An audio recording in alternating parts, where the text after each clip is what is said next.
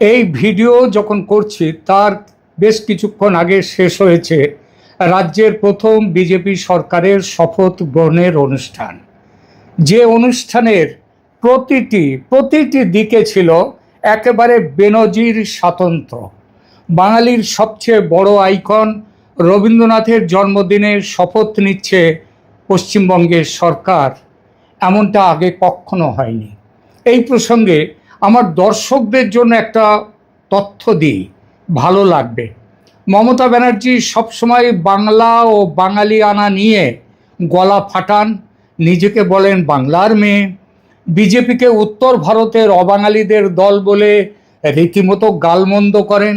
কিন্তু প্রতিবারই তার শপথ নেয়ার দিনের ধারে কাছে 25শে বৈশাখ থাকলেও সেই স্মরণীয় দিনটিতে শপথ নিয়ে রবি ঠাকুরকে সম্মান জানাবার কথা মনে পড়ে না। মমতার কোনোদিন মনে পড়েনি। 11তে নয়, 16তে নয়, এমনকি 21শেও নয়।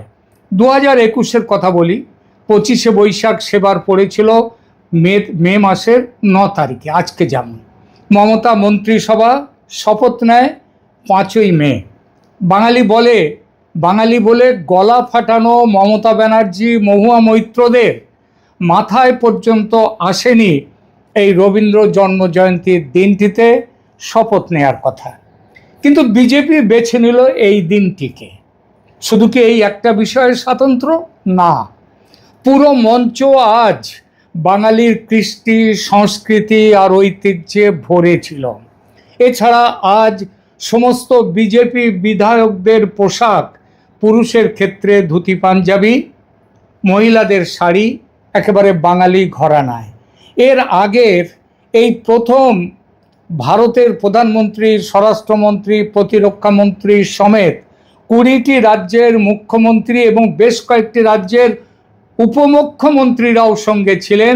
তাদের উপস্থিতিতে বঙ্গমন্ত্রিসভার এই শপথ গ্রহণ কোনোদিন হয়নি, ভাবাও যায়নি কখনো আগে। এক অনন্য শপথ গ্রহণ অনুষ্ঠান।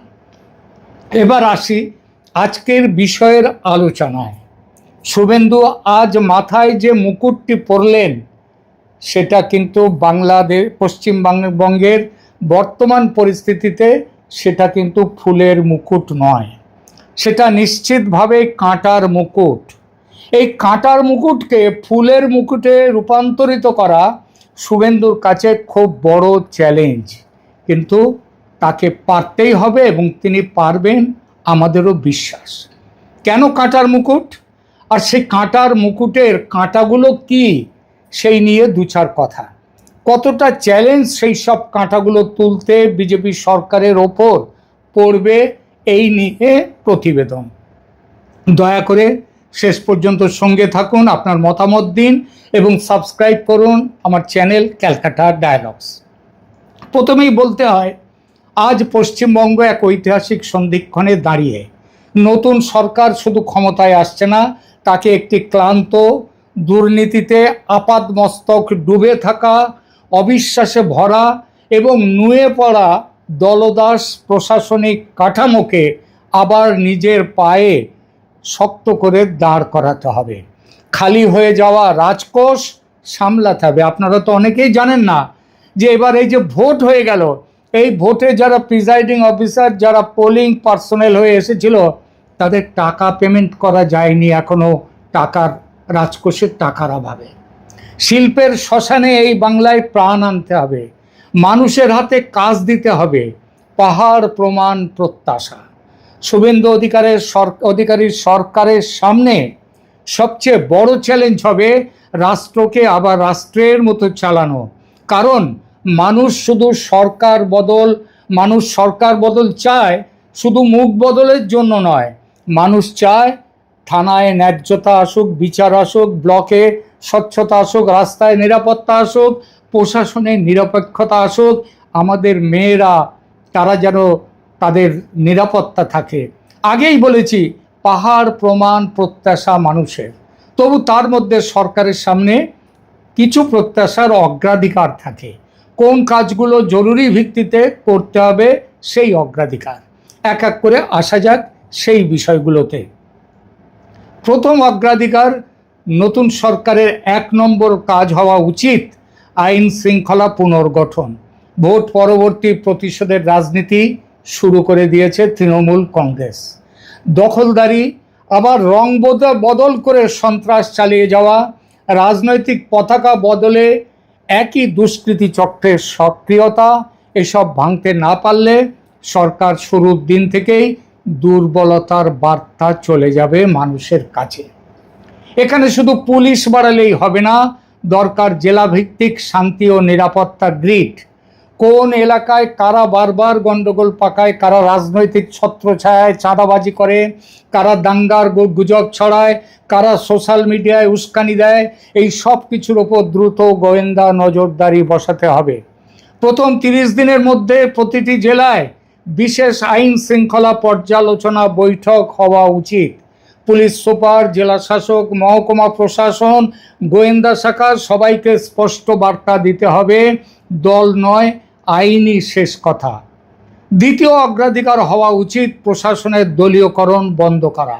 তৃণমূল কংগ্রেস আমলে যেটা মহামারী হয়ে উঠেছিল, সর্বনাশ করেছিল এই রাজ্যের। বহু বছর ধরে যদি আমলাতন্ত্রের একাংশের মধ্যে এই ধারণা জন্মে থাকে যে রাজনৈতিক আনুগত্যই পদোন্নতির রাস্তা, তাহলে সেই সংস্কৃতি না ভাঙলে কোনো পরিবর্তনই টেকসই হবে না। নতুন সরকারকে তাই 3টি কাজ দ্রুত করতে হবে। 1, সংবিধানশীল দপ্তরে পোস্টিং ও ট্রান্সফারে পুরোপুরি পর্যালোচনা। 2, বিডিও, এসডিও, থানা স্তরে, তৃণমূল স্তর পর্যন্ত গ্রাসরুট লেভেলেও জবাবদিহির কাঠামো তৈরি করতে হবে। 3 নম্বর, অভিযোগ গ্রহণের জন্য সময়সীমাবদ্ধ ডিজিটাল ট্র্যাকিং ব্যবস্থা করতে হবে। মানুষের অভিজ্ঞতা বদলাতে হলে দপ্তরের ভাষা বদলাতে হবে। সরকারি অফিসে গিয়ে কেউ যেন এই অনুভূতি না পায় যে সে নাগরিক নয়, সে কারো অনুগ্রহ প্রার্থী, এই বোধ যেন কারো মধ্যে না আসে। তৃতীয় বড় অগ্রাধিকার হবে দাঙ্গা ও সাম্প্রদায়িক উস্কানি ঠেকানো।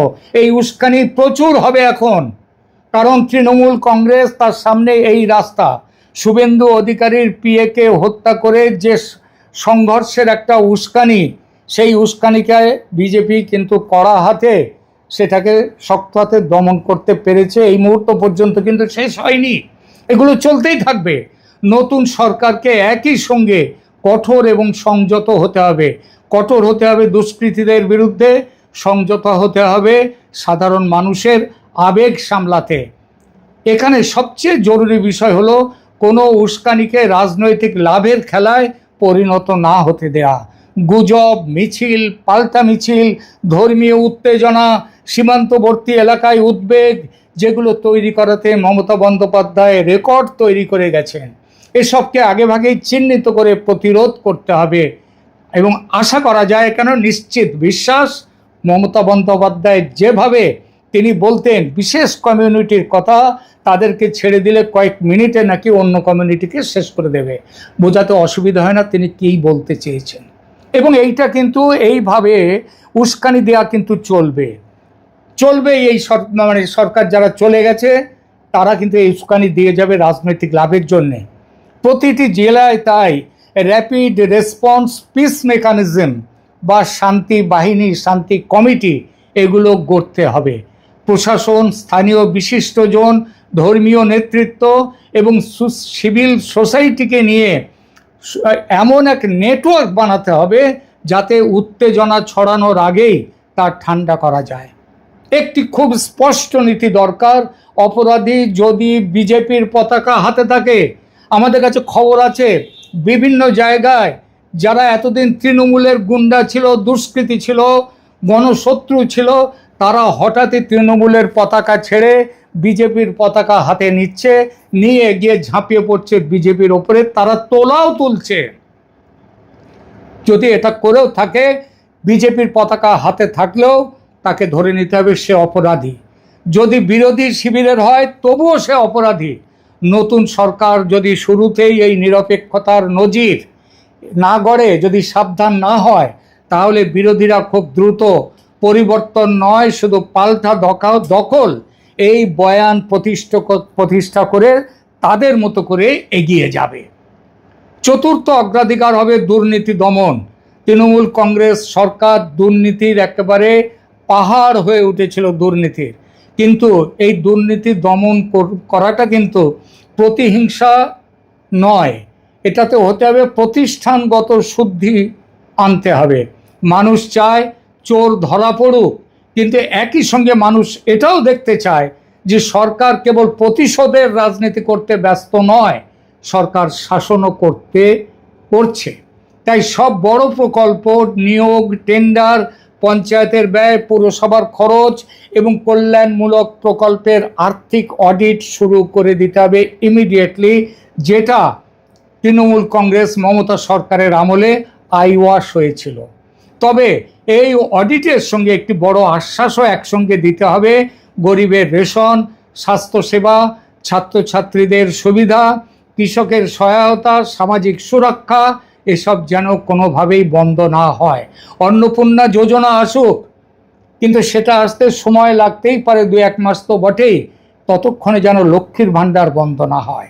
তাহলে কিন্তু মানুষের কাছে এই দল সম্পর্কে, বিজেপি সম্পর্কে ভুল বার্তা যেতে পারে এবং যাবে যদি এটা না করা হয়। এই জায়গাটাই খুব গুরুত্বপূর্ণ। নতুন সরকার যদি দুর্নীতির বিরুদ্ধে কঠোর হয়, কিন্তু সাধারণ মানুষের জীবনে অনিশ্চয়তা যদি বেড়ে যায়, তাহলে জনমত খুব দ্রুত বদলে যেতে পারে। এরপরে পঞ্চম অধিকার হওয়া উচিত চাকরি, বিনিয়োগ এবং স্থানীয় অর্থনীতিকে চাঙ্গা করা। সরকার বদলের সবচেয়ে বড় রাজনৈতিক লাভ তখনই আসে যখন মানুষ দেখে শুধু ভাষণ বদলায়নি, জীবিকার সুযোগও বেড়েছে। প্রথমেই শিল্প বান্ধব বার্তা দিতে হবে এবং সে বার্তা ইতিমধ্যে এসে গেছে। যেমন টাটা কোম্পানি, তারা সিঙ্গুরে তাদের কারখানা করবার জন্যে কথা চলছে, কথা অনেকটা এগিয়েছে, এটা আমরা জানি। কিন্তু এই শিল্প বান্ধব বার্তা শুধু কেবল বড় কর্পোরেট ঘোষণায় যেন তার মধ্যে আটকে না থাকে। মমতা ব্যানার্জি বা বামফ্রন্ট আমলের মতো জ্যোতি বসুও শিল্প ধরতে যেতেন বিদেশে, সোমনাথ চ্যাটার্জিও যেতেন, আর মমতা ব্যানার্জি তো একেবারে দলবল নিয়ে বিশাল চার্টার্ড বিমান নিয়ে চলে যেতেন বিদেশে শিল্প ধরতে, এখানে সেখানে, এবং তারা ফিরে এসে সেই বাম আমল থেকে এই আমল, মানে মমতা বন্দ্যোপাধ্যায়ের আমল, সেই সব আমলে ঘোষণাই সার ছিল, বাস্তবে শূন্য। রেজাল্ট রসগোল্লা তবু মিষ্টি, কিন্তু এটা তা নয়, একেবারে তেতো শূন্য, শুধু করের টাকা খরচ হতো সাধারণ মানুষের। তাই শুধু বড় শিল্প কর্পোরেট ঘোষণা নয়, এমএসএমই, ছোট কারখানা, চামড়া, টেক্সটাইল, খাদ্য প্রক্রিয়াকরণ, লজিস্টিক্স, নদী বন্দর, পর্যটন, আইটি সার্ভিস, সীমান্ত বাণিজ্য, এই সব সেক্টরে জেলা ভিত্তিক কর্ম পরিকল্পনা প্রয়োজন। যুব সমাজের জন্য আলাদা করে 100 দিনের একটা কর্মসূচি দেয়া যায় কিনা ভাবতে হবে, দেখতে হবে। নিয়োগ ক্যালেন্ডার করতে হবে, তাতে যেন স্বচ্ছতা থাকে। সেখানে শূন্য পদের তালিকা, পরীক্ষার সময়সূচি, ফল প্রকাশের সময়সীমা, এসব প্রকাশ্যে আনতে হবে। তা না আনলে যেভাবে পশ্চিমবঙ্গ এখন দাঁড়িয়ে আছে, মানুষের মধ্যে হতাশা বাড়বে। আরেকটি গুরুত্বপূর্ণ অগ্রাধিকার হবে সীমান্তবর্তী এলাকার নিরাপত্তা ও সামাজিক স্থিতি। সীমান্ত জেলায় নিরাপত্তা, চোরাচালান, জাল নোট, অনুপ্রবেশ উদ্বেগ এবং সাম্প্রদায়িক গুজব, এসব প্রশ্নে রাজ্য সরকারকে কেন্দ্রীয় সরকারের সঙ্গে সংঘাত নয়, সমন্বয়ের পথে হাঁটতে হবে, যেটা মমতা বন্দ্যোপাধ্যায়ের আমলে ছিল না।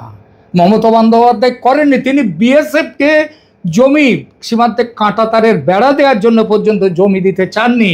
কেন করেছেন এগুলো, সেগুলো আপনারা জানেন, এখানে বলার দরকার নেই। নিরাপত্তার নামে সবই করা যায়, আর এটা আরও এখন বাংলাদেশ নিয়ে আরও বেশি সতর্ক হতে হবে এই কারণেই যে আপনারা দেখছেন এই মমতা বন্দ্যোপাধ্যায়ের প্রতি একটা অগাধ প্রেম আছে বাংলাদেশের সমস্ত সাম্প্রদায়িক মৌলবাদী শক্তিগুলোর। জামাতের কয়েকটা নেতার ভাষণ এখানে দিচ্ছে না, কিন্তু আপনারা খুঁজলেই পেয়ে যাবেন। তারা করেছে কি, মমতা বন্দ্যোপাধ্যায়ের শোকে তিনি এই রাজ্য ছেড়ে চলে যাচ্ছেন, যেতে বাধ্য হয়েছেন, এবং মমতা বন্দ্যোপাধ্যায়ের যে ন্যারেটিভ দিচ্ছেন, তাদেরকে জোর করে হারানো হয়েছে, তিনি হারেননি, এই ন্যারেটিভকে তারা সমর্থন দিচ্ছেন। এক জামাতি নেতা তিনি বলেছেন যে 17 কোটি বাংলাদেশি মমতা বন্দ্যোপাধ্যায় আপনি লড়াইতে নেমে যান, আর 17 কোটি বাংলাদেশি তাদের সাথে আছে। সুতরাং বোঝা যায় বাংলাদেশ থেকে ইন্ধন দেয়া হবে। আর এরপরে যখন এখান থেকে যাদের নাম এসআইআরে বাদ গেছে অনুপ্রবেশকারী হিসেবে, তাদের ব্যাপারে কেন্দ্রীয় সরকার কিছু না কিছু করবেন। যদি সেটা তাদের বাংলাদেশে তাদের চলে যাওয়ার ব্যাপারটা শুরু হয়ে গেছে অনেকটা, কিন্তু এইটা নিয়েই কিন্তু বাংলাদেশের মধ্যে একটা ভারত বিরোধী সেন্টিমেন্টকে আবার খুব বাড়িয়ে দেওয়ার চেষ্টা করা হচ্ছে, এবং তারা এখানে সমস্যা তৈরি করতে পারে।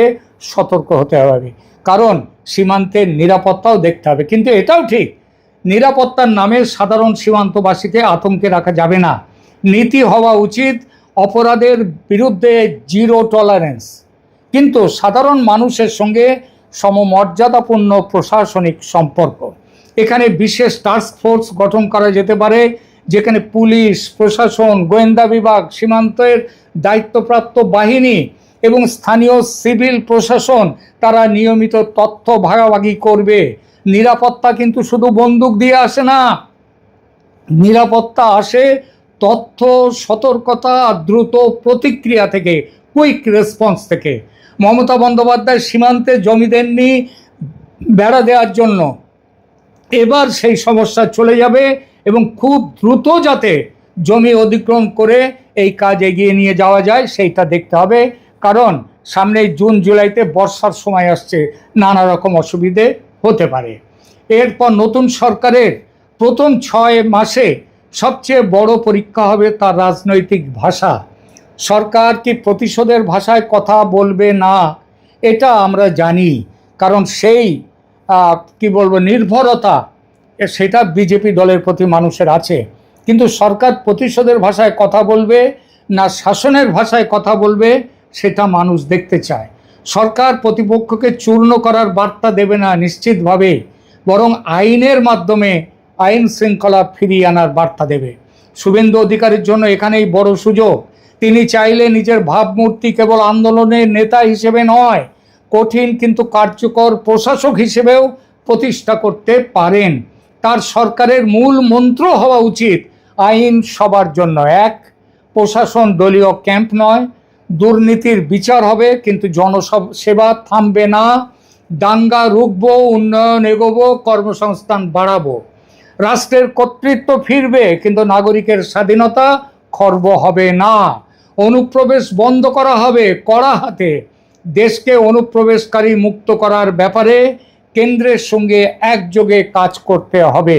এসআইআরের পর সফলভাবে সিটিজেনশিপ অ্যামেন্ডমেন্ট অ্যাক্ট অনুযায়ী যাদের সিটিজেনশিপ দেয়া, সেটা বিশেষত মতুয়া এবং অন্যদের, তাদেরকে এটা দেওয়ার ব্যাপারে একেবারে যত শীঘ্র সম্ভব দেওয়া যায় সেটা করতে হবে।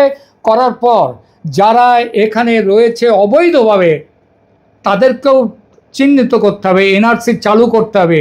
তারপর দেখতে হবে সেই যে অটল বিহারী বাজপেয়ীর আমলে 2001 সালে একটা কমিটি বসেছিল, সেই কমিটি তারা বলেছিল যে বাংলাদেশি কয়েক কোটি বাংলাদেশি, 2 কোটি 2.5 কোটির মতো বাংলাদেশি ভারতে আছে, তাদেরকে কি ফেরত পাঠানো সম্ভব?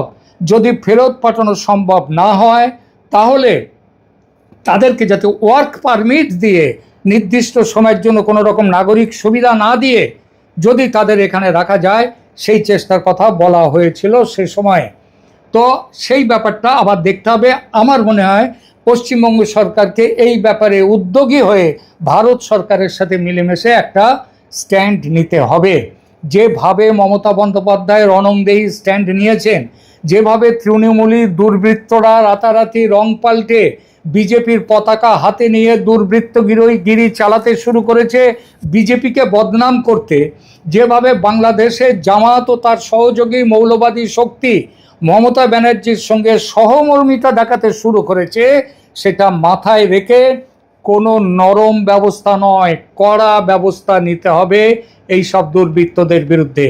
আজ পশ্চিমবঙ্গের মানুষ আসলে 3টি জিনিস দেখতে চায়: রাস্তায় শান্তি ফিরছে কিনা, সরকারি অফিসে ভয় কমছে কিনা, আর চাকরি অর্থনীতির দিক থেকে আশার আলো জ্বলছে কিনা। নতুন সরকার যদি এই 3 জায়গায় দ্রুত কাজ দেখাতে পারে তাহলে রাজনৈতিক পরিবর্তন প্রশাসনিক পরিবর্তনের রূপ নেবে। কিন্তু যদি কেবল পতাকা বদলায় আর মাঠে মহল্লায় একই রকমের দুষ্কৃতি সংস্কৃতি থাকে, একই দখলদারি থাকে, একই ভয়ের রাজত্ব চলতে থাকে, তাহলে মানুষ খুব দ্রুত হতাশ হবে। তাই আগামী দিনের পশ্চিমবঙ্গ গড়ার প্রথম শর্ত একটাই, শাসক দল নয়, রাষ্ট্র যেন আবার শক্ত হাতে ন্যায়সঙ্গত ভাবে নিরপেক্ষভাবে দাঁড়ায়। পরিশেষে আরেকটি কথা না বলে পারছি না। কথায় আছে, মর্নিং শোজ দ্য ডে। সকাল দেখলে বোঝা যায় কেমন যাবে দিন। 50 বছর ধরে অনেক ঝড়ঝঞ্ঝা বয়ে গেছে বাঙালির ওপর দিয়ে, অবশেষে আজ কেটে গেছে সেই দিন। ঠিক যেমনভাবে গত কয়েকদিনের বৃষ্টি ঝড়ের পর আজ সূর্য করজ্জ্বল দিন, প্রকৃতির মুখে যেমন হাসি এসেছে, বাংলার মুখে, বাঙালির মুখেও ঠিক তেমন হাসি আনতে পারবেন শুভেন্দু অধিকারী এবং তার সরকার। প্রকৃতি কি সেই বার্তা নিয়ে এলো যে দিনটাও সকাল যখন হয়েছে হাসি দিয়ে, সারা দিনটাও হাসবে, রৌদ্র করজ্জ্বল হবে। ধন্যবাদ।